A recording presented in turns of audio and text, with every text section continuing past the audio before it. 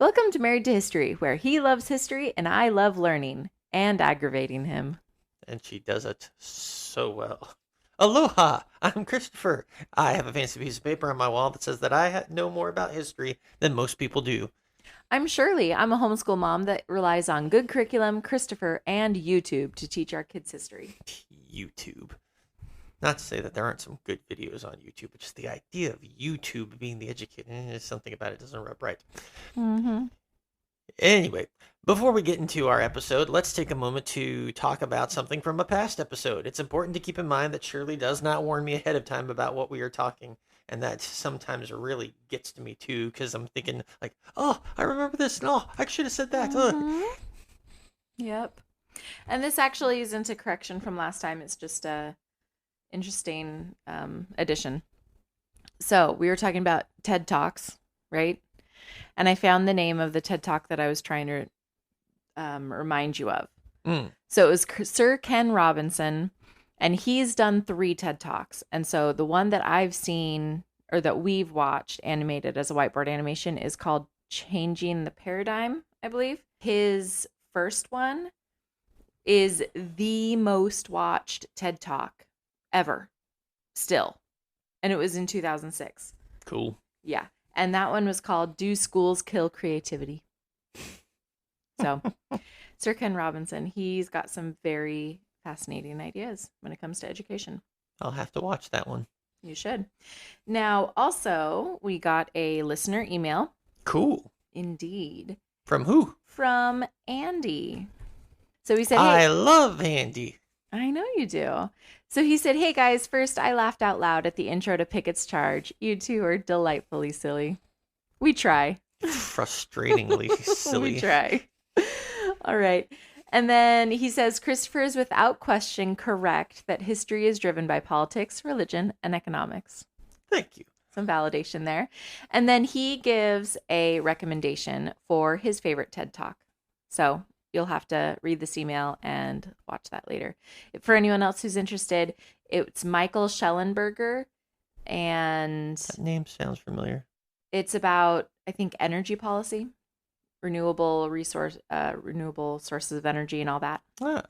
A topic that I am definitely interested in. Yeah, so I would enjoy hearing another perspective. Yeah, so we'll have to check that out. And it just goes to show again that TED Talks aren't all just self-help drivel. Right? Is that what I called them last time?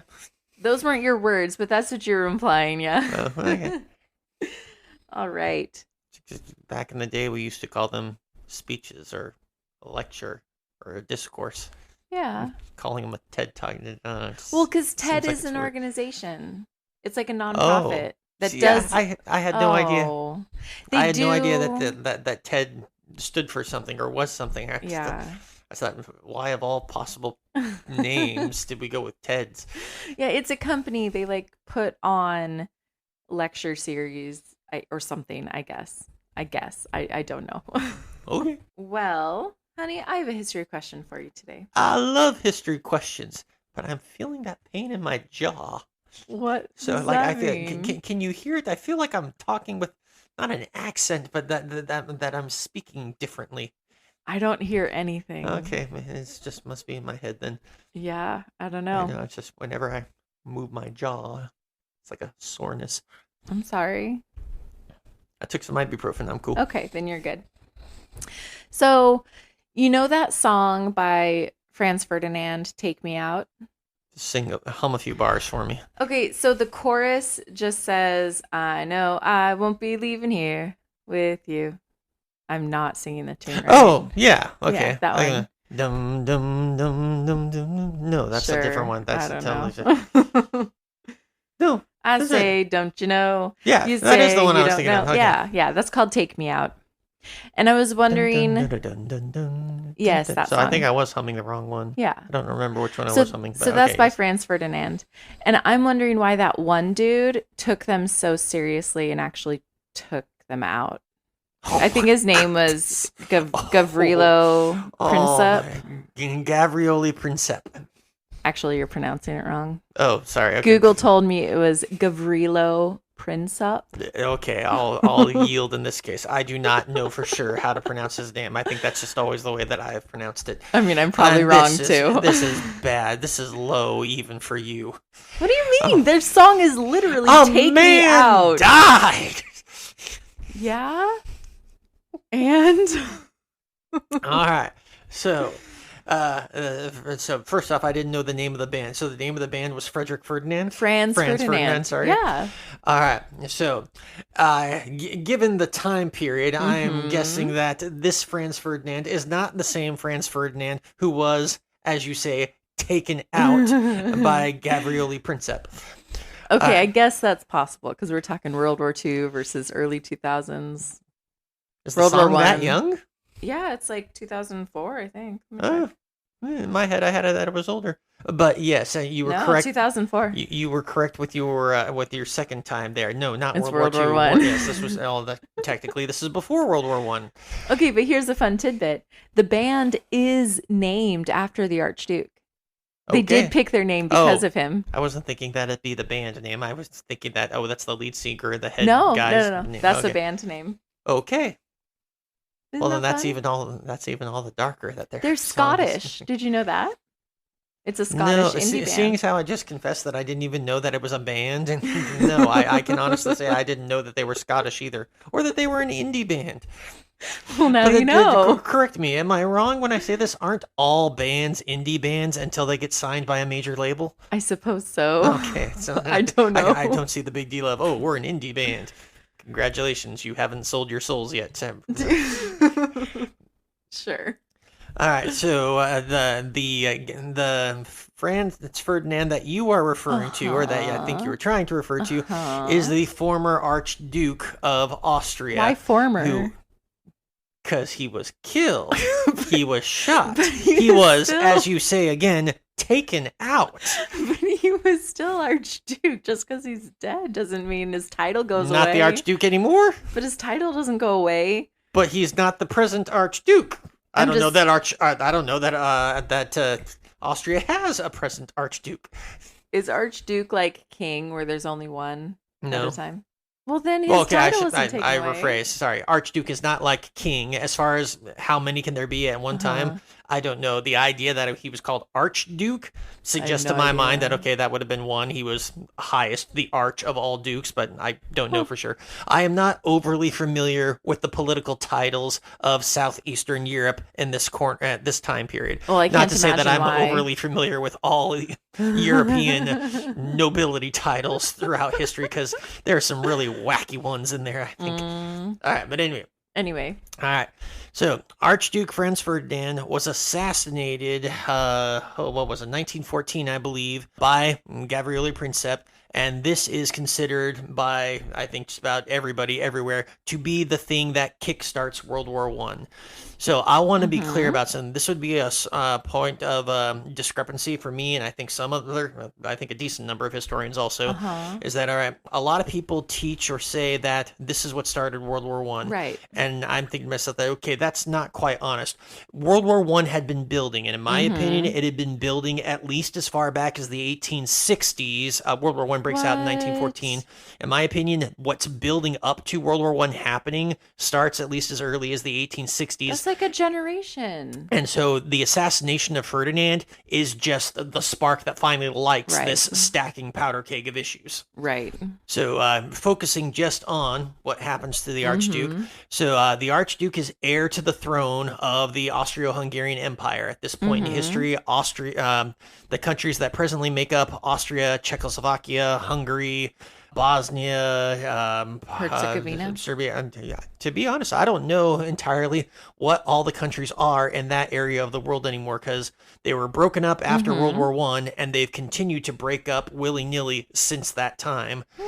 But anyway, so it was Austria-Hungary was and has been one of the major powers in Europe from I want to say at least from the 1500s up to this point in history. Well, as we approach the 1900s, Austria's power and influence is starting to dwindle, but they're still a big enough player on the scene at the time. Right. A big thing that has been happening for the last 30 or so years by this point is that the Ottoman Empire is in Mm-hmm. decline, absolute and Mm-hmm. utter decline. They used to control much of Southeast Europe, but they are losing that control. And as the Ottoman Empire is shrinking, this leaves Mm-hmm. a power vacuum kind Right. of in the area. Now, part of this is because of nationalism. The people in this area, they are not Ottoman Turks. They are Mm-hmm. Croats. They are Serbians. They are, I don't know all the ethnic groups in that area off the top of my head. Right. And they've got this taste of nationalism, thanks largely in part to the French Revolution, but also this idea of nationalism spreading throughout the world by this point. Wait, is that why you say 1860? Because that's when French Revolution ended? No, the French Revolution didn't end in 1860, but I have no I say the idea. 1860s because when the 1860s is when Italy and Germany unite to become new players in the Oh. European field per se, I and feel like we talked about that. we talked about them unifying. I don't know if it was the main subject, but we talked about their Okay. unification before, and that I think is the most disruptive thing that Mm-hmm. forces that, or I shouldn't say forces, but that is going to make the powder keg start to build up Mm-hmm. because they're new players on the, as we've done the comparison for it, they're new players in the game, and the old players Mm-hmm. don't like that these new players first off exist and that these new players Mm-hmm. are powerful. Right. So anyway, again, going back to the decline of the Ottoman Empire, Mm-hmm. all these areas in southeastern Europe, they got a taste for nationalism. As the Ottoman Empire is declining, they want to establish their own independent nations. They want to have their own countries. Part Mm-hmm. of the problem is, though, that for one thing, well, they're not exceptionally wealthy in these areas. Some of these countries are landlocked, and that's bad. It is very, very hard today for a landlocked nation to be successful, to be Mm-hmm. self-sufficient, because without access to a port, without some way of bringing in, we've talked about this before, it's Mm-hmm. still water is the Right. primary method to transport huge amounts of cargo and supplies and whatnot.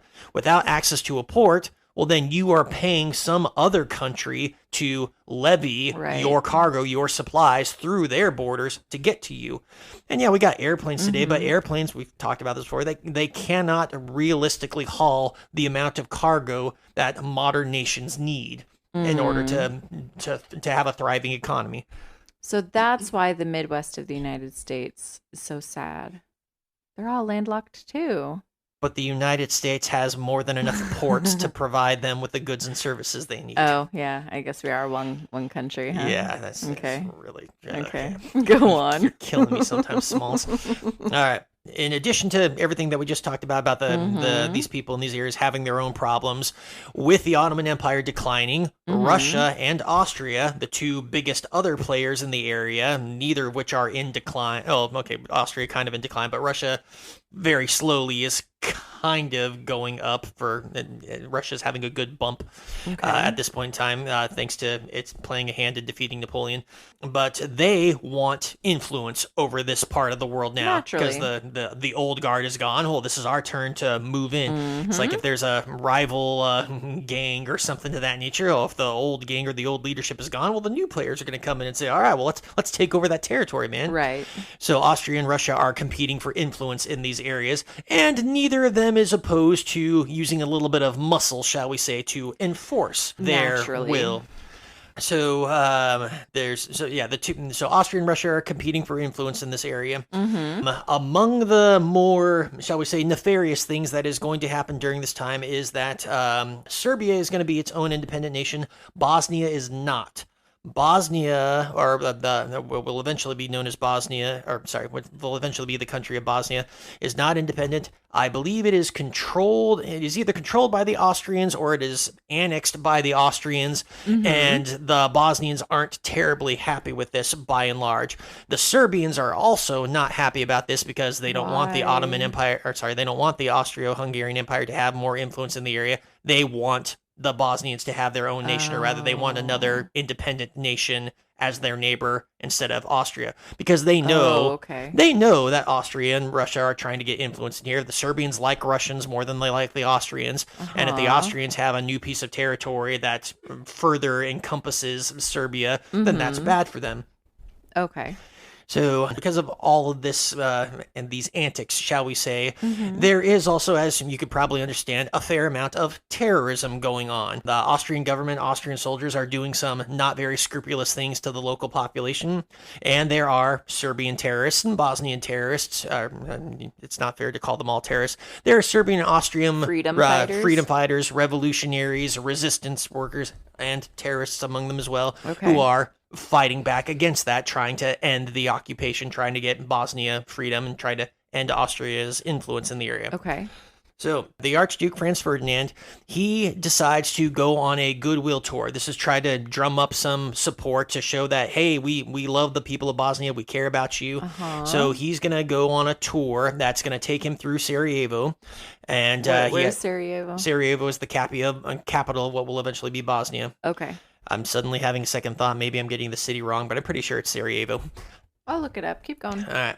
So there's going to be this grand motorcade, because after all, he's the Archduke. He's not going to just like hop in a cheap little limo and just drive around to places. Wait, a cheap little limo? What is wrong with you? A cheap little limo. Okay, so some people that are rich will drive around in one limo, but this is the Archduke. He's going to have a motorcade, not a single vehicle. Like a Volkswagen. He didn't have a Volkswagen. The Volkswagens didn't exist at that point in time. Oh, that's right. But he didn't have a Pope mobile? No, he did not have a Pope mobile. He was actually in an uncovered, unarmored a car, but it's unopened. He and his wife are just in the back. And Seems like a bad idea. They're able to wave to anybody. Wait, so JFK didn't learn nothing.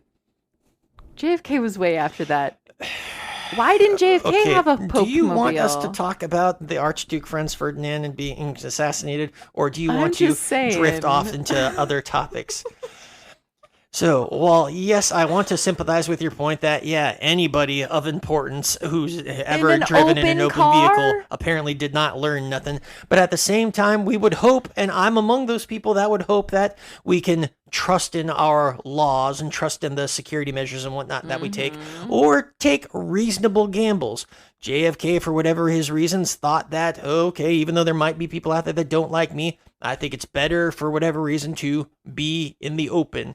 And it's not like the Secret Service didn't go out of their way to try to make sure that this couldn't happen again. So what you're saying is that it was an inside job. Thank you, Sarajevo, Bosnia. No, that is not what I said at all. Okay. Don't you dare put words in my mouth, you hippopotamically ignorant. Back to I love you. Back to the Archduke. He's in Sarajevo. He's going for a drive. He and his wifey. So, yes, he and his wife, grand motorcade, they're going to be going through, and a group of people, including Gavrilo Princip, decide that they're going to hit the motorcade. They're going to get him. So their plan is rather elaborate. They've placed, if I remember correctly, all the details, they have actually placed explosives that they get a hold of his route, so they know where he's going. They managed to place explosives in several sites along his route. Their goal is to hit the whole motorcade and cause a massive disruption. Right. And yeah, they're gonna.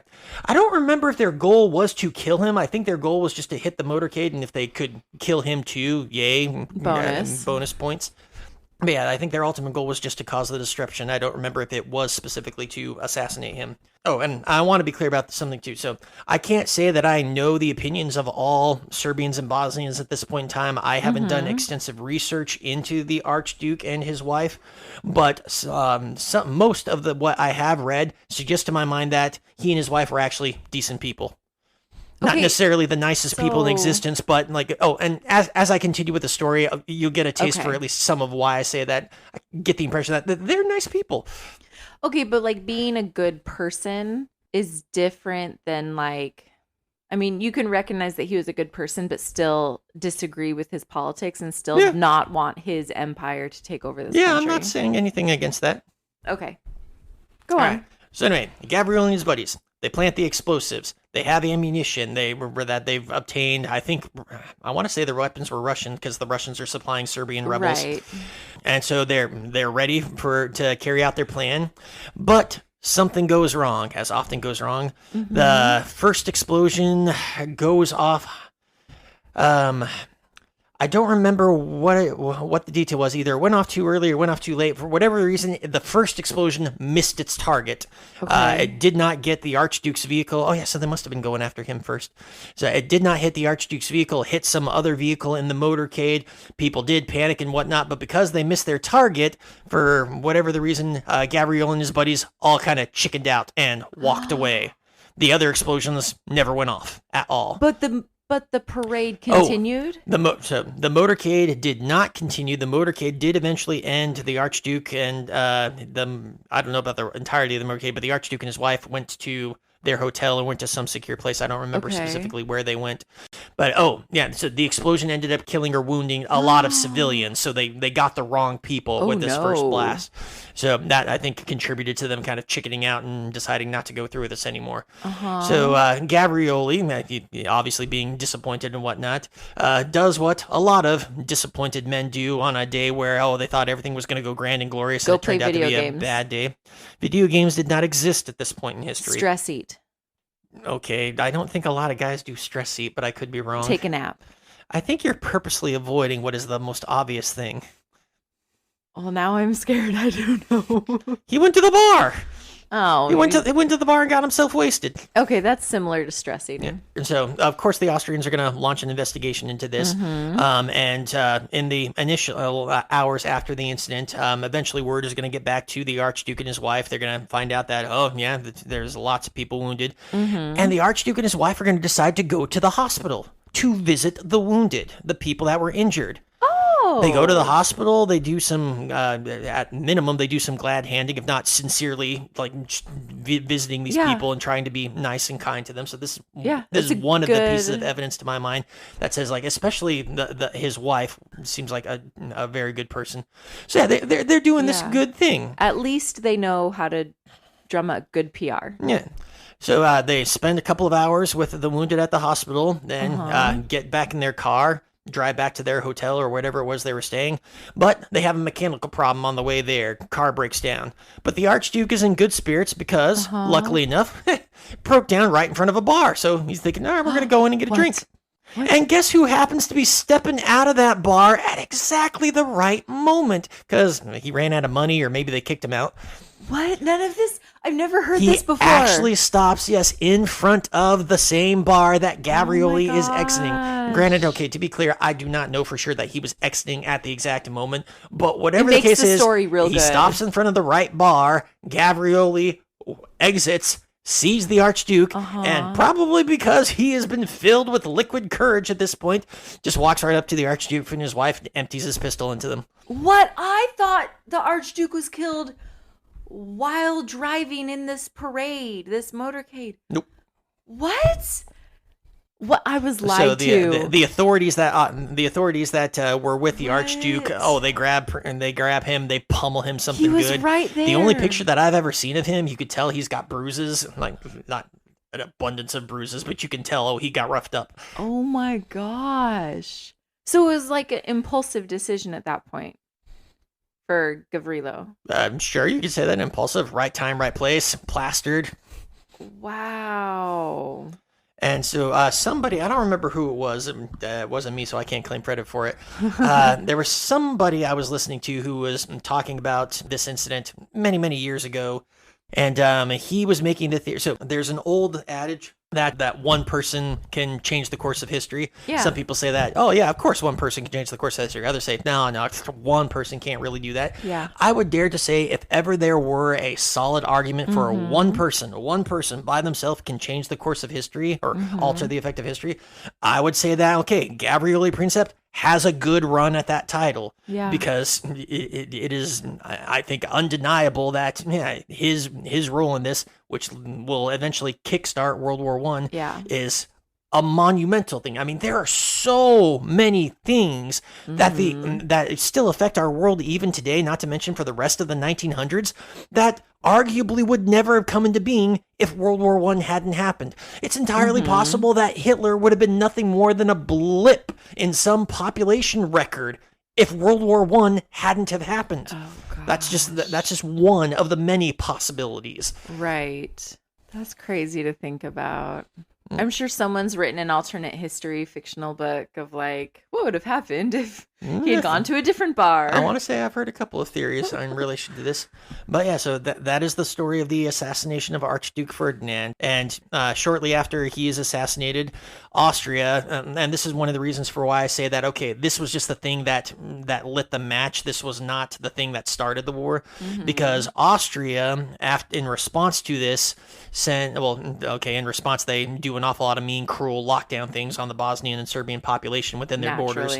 But they also they blame Serbia for this assassination. They, rather than thinking of Gavrilo and his buddies as an independent group, they say, "Oh no, this was Serbia. Serbia did this to us," and they issue Serbia a 10-point ultimatum and says, "Hey, you're going to do this thing, or else it's war."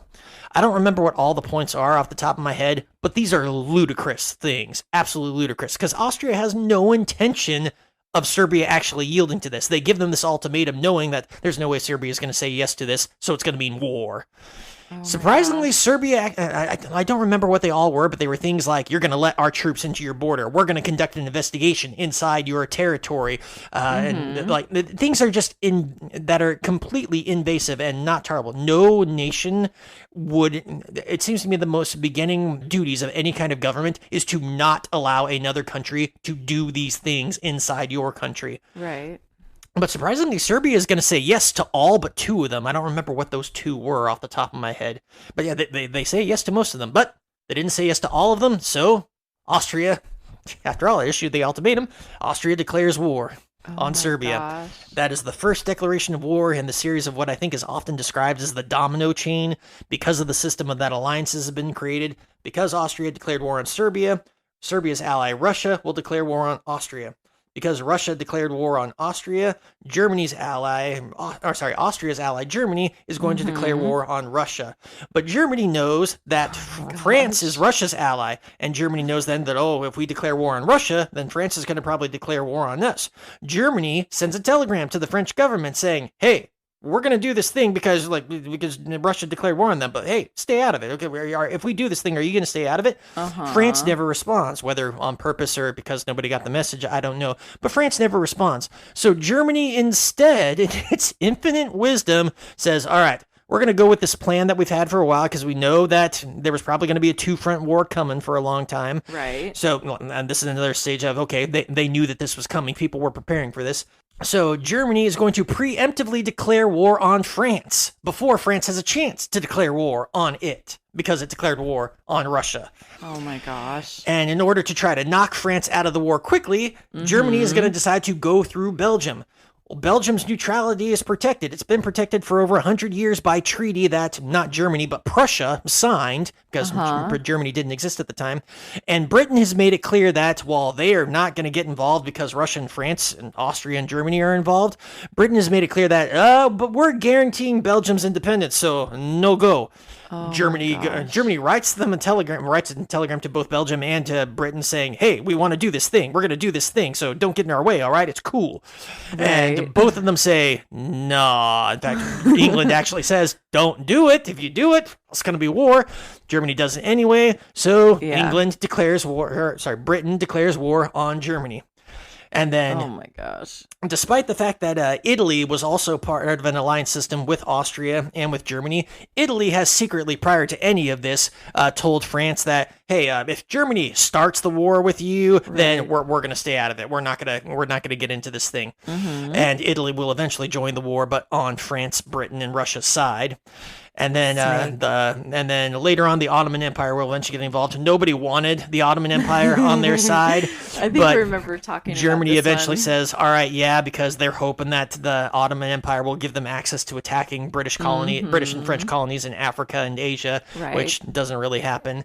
And then eventually, after enough time goes by, then the United States will get brought into the war because Germany is going to, amongst other things, use U-boat warfare to make Americans mad, but also also send a telegram to Mexico saying, hey, Mexico, you want to get in on this thing? Help us, and then we'll help you defeat the United States. You can get all your land back that you lost in the Mexican War. And Mexico, very brilliantly. So Mexico, I think, is the most smart nation in all the nations that could have had a role in World War I. Mexico says, nah. But when the Americans find out about this, then the Americans are incensed, and America joins the war on the side of Britain, France, and Russia. This could have just been a Europe war, not a world war. And that's what many Americans wanted. Yeah. So if I remember correctly, Woodrow Wilson is among those who did not want to get in the war. At least he said so. I mean, he ran for re-election on the campaign. I kept us out of the war. So yeah, this is something that I think has always been true about America. At our heart, we have always been an isolationist nation. We don't really care about the problems going on in the other world. Our government and our leaders. Can't say that anymore. No, still to this day, the public. The public doesn't really care about what's going on in the rest of the world. We're more concerned about things in our own backyard. Right. But throughout history, our leaders and our governors have more often than not wanted to get involved in things in the global community. Now, I can't blame them for that, because it is reasonable that, things that can happen in one part of the globe can eventually reach over and eventually affect us. And if they're going to be problems, we'll better cut them off while they're small and growing before you're just infested with weeds everywhere else, kind of a thing. Nationalism is a weed. But yeah, so that's why if I don't remember why did I start talking about the U.S. not wanting to publicly, we don't like to get involved in the things. You were listing all the ways like why all the countries started joining up the war. Okay, so yeah, just by public demand, the United States population did not want to get involved in the war. We were thinking about, just like with World War II originally, that's Europe's problem. Why should we care about it? Right. But then America has also proven in the past that, well, hey, if you start the fight, if you bring the fight to us, then we'll get into it, and we're gonna kick your butts. Because we rock. And that's what we did. And I've heard several jokes and descriptions of World War I where I think much of the rest of the world isn't very big on America's involvement, which is fair. So we literally got in at the tail end of the war. Now, we were supplying the Allies with stuff. We were also supplying the Germans with stuff, because businesses in the United States hadn't made up their minds on who was going to win. So American businesses, American industry were selling supplies to both sides in the beginning. Right. The Allies were always getting more than the Germans and the Austrians ever did, though. Yes. Okay. But yeah, so eventually we stopped selling our stuff to both sides. But and I forgot, why did I even bring that up again? I don't know. What was I going to say? I was going to say something I thought it was cool at the time. America not wanting to get into the war. Yeah, we were happy to sell stuff in. Oh, sorry. So we were supplying all the sides. So they definitely benefited from us giving them the materials they needed to keep fighting. Who knows if the war would have gone on or could have gone on, and much less ended the way it did, if they hadn't been getting supplies from the Americans. But in the end, when our infantry actually shows up, it was kind of like the end of the party. The war wasn't over yet, but there wasn't all that much more to do, I guess you could say. So some people have rightly criticized that. Okay, America showing up and claiming that when the Americans won the war, it's not really fair. It's more like we probably sped up the end coming, instead of we won it for the rest of y'all. It's like when the little kids are fighting or whatever, then finally, like, an older sibling or babysitter or whatever shows up and, like, I'll solve this. Sure. Look at me, I'm great. But the fight was winding down. Sure, that's fair. Like, they were figuring it out on their own. But Big Brother gets credit.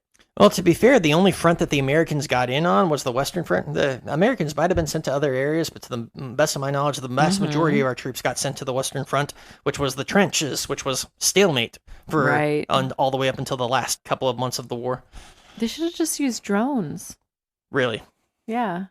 Drones didn't exist at the time. Well, someone should have invented them. Airplanes were fairly brand new, and airplanes in World War I started off as just being for recon, and it took a while before they realized, ooh, hey, if we give our pilots more than just their sidearms to shoot at each other, then airplanes can be an effective weapon. Like literally a handgun. Yes, literally in the beginning, the pilot had a pistol in him. If he sees another pilot out there, he just pulls it out, and even it's so crazy. I don't remember reading about any documented case of this, but I wouldn't be surprised if even towards the end of the war, if, you couldn't get the angle you needed, or maybe your main guns ran out of ammunition, the pilots could get close enough to each other, pull out their pistol, and shoot at one another. Oh my gosh. War is wild. War is wild. I think that's one of the reasons why it's one of my favorite areas of history to study. I kid you not, some of the best stories and definitely some of the most scientific advances come from war. There is nothing that encourages innovation and spending on wild ideas, innovations, and sciences than warfare. Because every country wants the newest, greatest super weapon or super thing that they can use to help them win this war. And it's totally worth it for all those people to die. I never said that. That's what you're saying. That is not what I'm saying That's at what all. you're saying. That is not what I'm saying at all. You but said I think you love war. I said I love studying war. I didn't say I love war.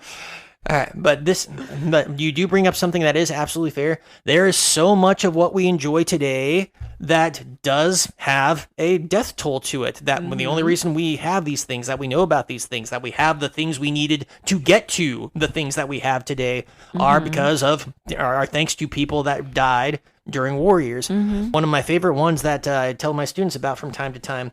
We owe so much of our world today to the Nazis because there was no such thing as a rocket lab. There was no such thing as a rocket industry until the Nazis started funding Otto von Braun's projects. Dang. He was the first one to build a rocket lab. He was the first one to build the rockets that will eventually take us to the moon, to say nothing of putting all the satellites we have up there, which enable cell phones and wireless internet and all the...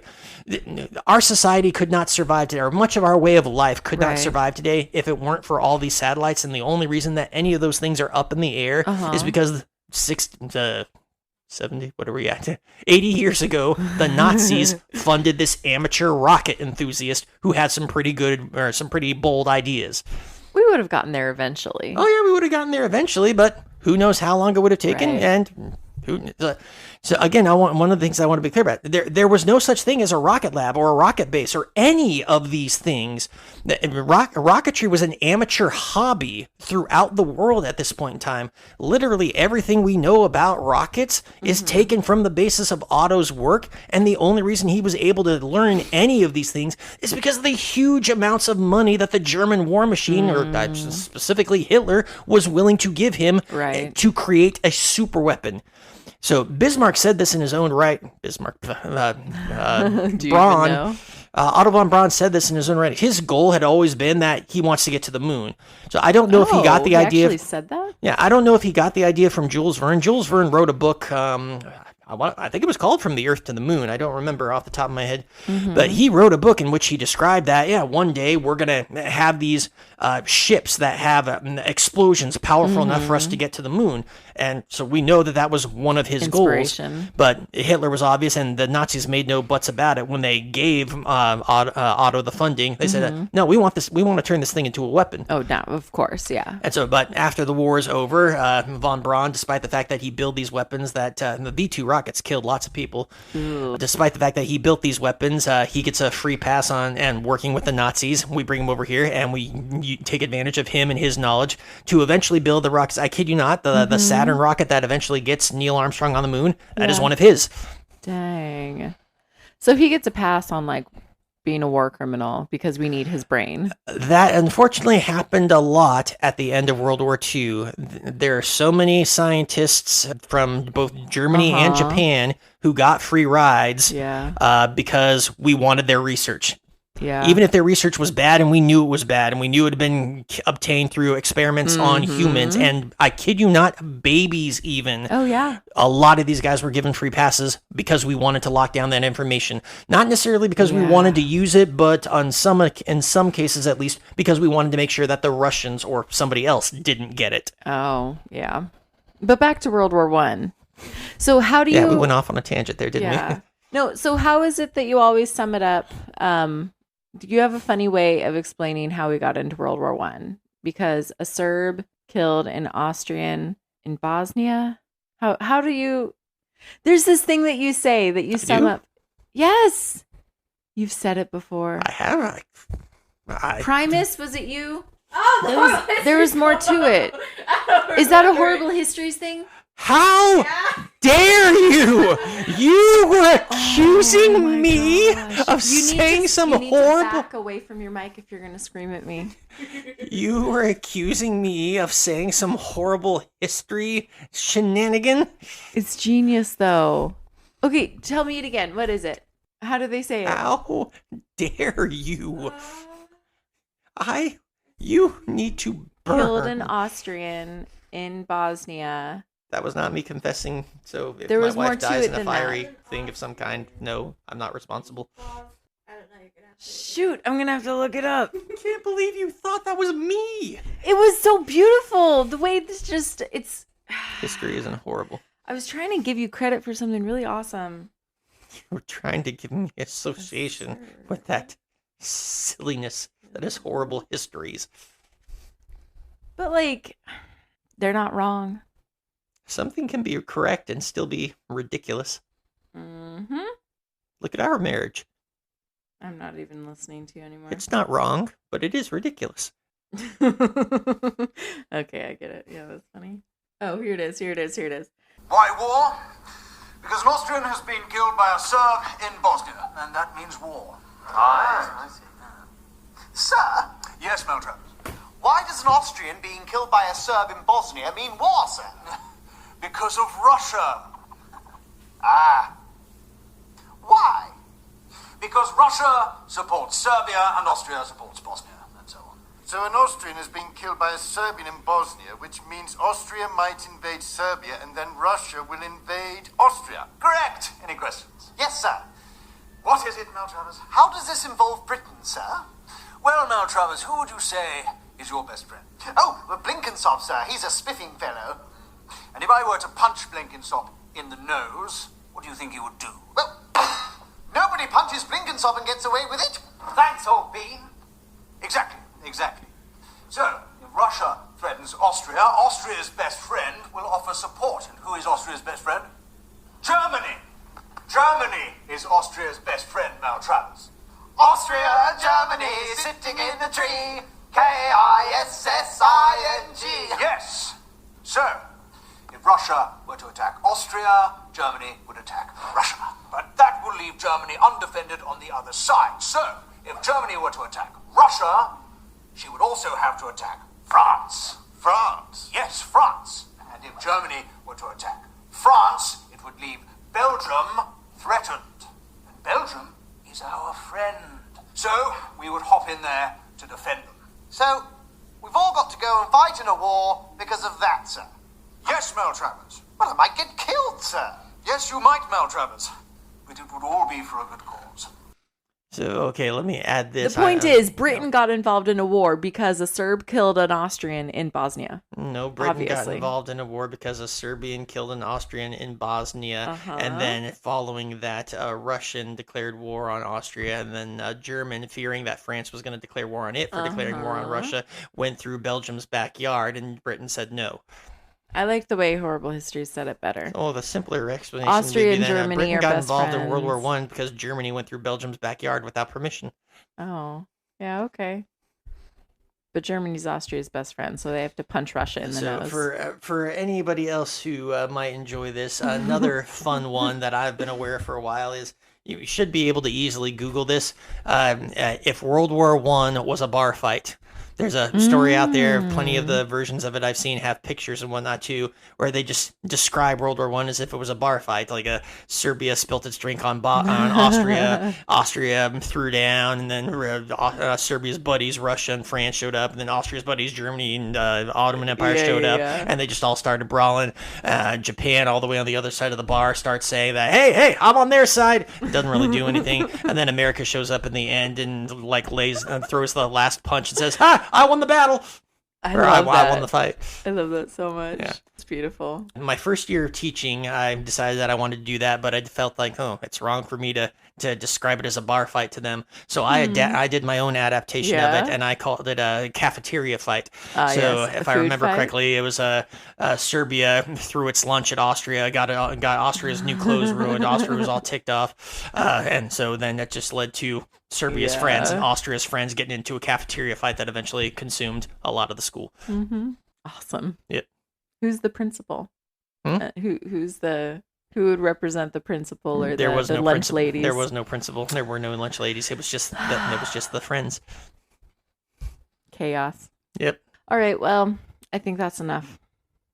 Do you? I do. You thinking is a dangerous enough. thing. You thought that I said something that really? you got off of horrible histories, and that's going to take How me a while to else forgive. How else would you explain why Britain got into World War One? A Serb killed an Austria in Bosnia. I think I did It's a so beautiful job clear. of explaining it. That is not so clear. Because Britain didn't get involved after Serbian killed a Bosnia after Serbian killed an Austria in Bosnia. Well, then because of Russia and because of Germany. Didn't get involved when Russia. And because Didn't get involved in France. Got involved when Germany went through Belgium's backyard. Before Germany went through Belgium, Britain said, "We're out of this." But then they had to defend their friend. More like their ward. Okay. Thank you for listening. If you liked what you heard, then please subscribe, tell your friends, and leave us a 5-star review. If you'd like to rescue me from my eternal torment, then please send us a message on Google, Facebook, Instagram, or TikTok at Married to History Pod. Or, if you would like to hear more about a future episode. Yes. Also, please contact us if you have a silly question idea, or if there's something from history that you would love to learn about. I mean, I'm easy. I don't take up much room. I can sleep on the couch. I'm cool with that. Just anything really. I need to get out of here. Really? It's scary. Really? What? Oh, sorry. Was I saying that into the microphone? I thought I Yes, was you just were. dreaming that. Yeah. Just be sure to specify in your message if it's silly, like all my comments that I just made, all of or them. serious, which nothing that I just said was, because we don't want to treat a genuine quest for knowledge like a joke. Yeah. Talk to you next time. Bye. Bye-bye.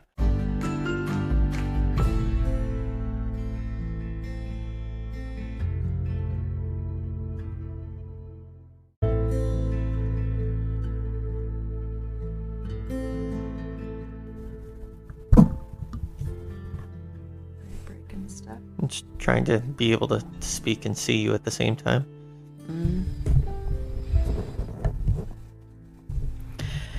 Okay. We're good. Are we? Because sometimes I worry about us.